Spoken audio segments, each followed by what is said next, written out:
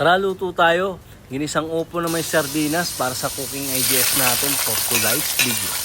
Mag-isa lang tayo ng bawang sibuyas dyan, tsaka kamatis, tapos laglag na natin ligo natin at yung upo. Sangkutsay lang natin ng konti yan. Lagay lang tayo ng konting tubig yan para palambutin natin gulay. Siyempre yung magic beans natin, lagi yan dapat. Paminta, tapos konting patis lang. Naglagay din pala ako ng mamasita powder dyan kasi wala na akong betchin. Pero pwede na yan, laban na yan. Takpan lang natin to saglit, mga 1 minuto lang. Tapos eto na, okay na to. Half cook lang tayo palagi sa gulay para pag kinain natin medyo crunchy, hindi siya malabsa. Tara, plating na tayo dyan. Kain tayo, ginisang upo na may sardinas.